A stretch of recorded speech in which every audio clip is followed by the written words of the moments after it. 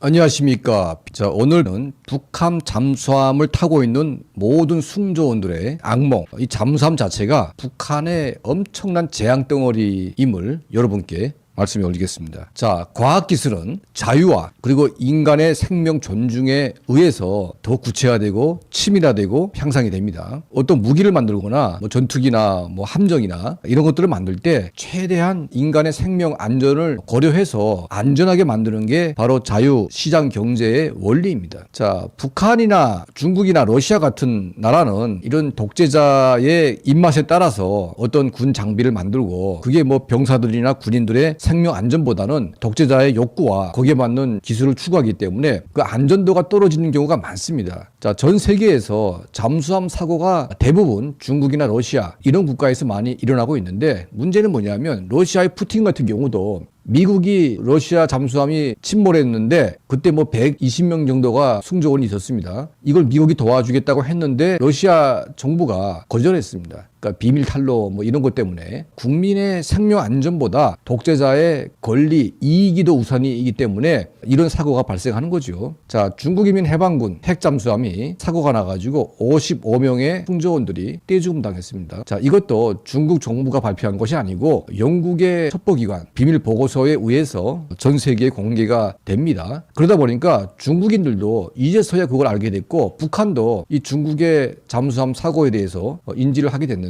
문제는 뭐냐면 북한 인민군대가 가장 두려워하는 내부적인 무기는 뭐냐면 잠수함입니다. 이게 적을 향해서 가는 잠수함이 아니라 거기 타고 있는 인민군 승조원들의 목숨이 위태롭기 때문에 그 잠수함이 사람 담는 잠수함이 되고 있는 거죠. 자, 현재 북한에는 잠수함 기지가 꽤 많습니다. 함경남도, 차호, 마양, 그리고 이제 낙원 동해 함대 사령부 쪽에도 있고, 잠수함 전대가 지금 꽤 여러 곳에 있고, 또 잠수함에 필요한 어뢰 생산 기지가 여러 곳에 있는데, 북한이 유일하게 잠수함 전력에 관심을 갖는 것은 전투기나 탱크나 이런 전략 무기들 가운데 잠수함을 유일하게 건조하고 있는 능력이 있는 것으로 착각을 하기 때문에 북한이 이 잠수함 전력을 자신들의 비밀 병기로 지금 생각을 하고 있는 거죠. 자, 이러다 보니까 그 낙후한 기술과 낙후한 금속 자재들을 동원해 가지고 만든 잠수함, 그러니까 물론 설계도는 구소련이나 중국 거를 갖다가 쓰고 있지만 중국이나 러시아도 계속 업데이트되고 기술이 발전하기 때문에 옛날 기술 가지고 만들어 놓은 현재 잠수함은 거의 태물급으로 되기 때문에 현재는 쓰고 있지 않습니다. 그런데 북한은 과거 구소련의 잠수함 설계도를 가지고 지금까지 우려먹고 있다 보니까 북한의 잠수함 개수가 엄청나게 많아요. 대한민국이 몇 배가 되고 있는데 그 가운데 쓸만한 잠수함이 몇 개나 되겠냐. 아예 기술이 없으니까 만들려고 했지만 미구 23, 29 이런 것들을 김정은에게 만들겠다고 평안북도 구성지구, 방연지구에다가 전투기 조립 공장을 만들었는데 끝내 실패했습니다. 독재자의 욕구가 전투기를 만들려고 했지만 안 되는 건 안 되는 거죠. 그러니까 아예 포기했기 때문에 북한산 전투기는 나올 수가 없습니다. 그나마 북한산 전투기가 나온다고 하게 되면 전투기 조종사들은 목숨 걸고 북한 비행기를 타야 됩니다. 근데 그럴 일이 없기 때문에 다행인 거죠. 그나마 러시아에서 만든 전투기가 날고 있기 때문에 좀 안도를 하고 있는데, 문제는 북한이 만들 수 있다고 생각하는 잠수함에서 나오고 있는 겁니다. 그러니까 이 자체가 불안정하고 예측 불허하고 안전성이 전혀 보장되고 있지 않기 때문에 잠수함 부대로 가는 북한 군인들은 이거는 그야말로 생지역이 따로 없습니다. 그래서 지금 북한의 인민군 총참모부, 그러니까 잠수함 부대는 그나마 북한에서는 최고의 특수부대 중에 하나이고 가장 체력이 우수하고 전투력이 강한 군인들을 뽑아가지고 잠수함 승조원으로 씁니다. 그런데 지금은 그 누구도 지금 잠수함 부대로 가고 싶어 하지 않는다는 겁니다. 왜냐하면 이 잠수함 부대에 가게 되면 정말 많은 사건 사고들이 기다리고 있습니다. 그러니까 잠수함 타고 들어가가지고 심장마비 걸리거나 산소 부족으로 폐인이 되거나 또 잠수함이 아예 깔아앉아가지고 나오지 않거나 이런 사고가 너무나 많아가지고 이게 잠수함 부대의 원으로 뽑으려면 북한 군인 중에서 출신 성분이 좋고 이런 군인들을 뽑다 보니까 간부네 집 자식들도 뽑아가는 경우가 있지 않습니까? 자, 이제는 그 누구도 잠수함 부대로 가고 싶어 하지 않는 겁니다. 문제는 북한의 김정은이가 이 어설픈 잠수함 기술을 가지고 3,000톤급 잠수함을 지금 건조하고 있는데, 이건 이제 SLBM 잠수함 미사일을 장착할 수 있는 이제 그런 잠수함으로 지금 만들고 있는데 아직까지 성공하지 사용했다는 이제 보고는 없습니다. 자, 이 잠수함이 바다에 깔아앉아가지고 내부에서 미사일을 발사하려면 이 엄청난 내구성이 필요하게 됩니다. 이런 내구성이 보장되지 않는 채로 잠수함에서 발사하게 되면 잠수함 자체가 깨져가지고 순식간에 붕괴되고 승조원들은 떼죽음 당할 수밖에 없기 때문에 북한의 김정은이가 이런 잠수함을 만드는 것 자체가 대한민국을 공격하기 전에 북한 인민군대의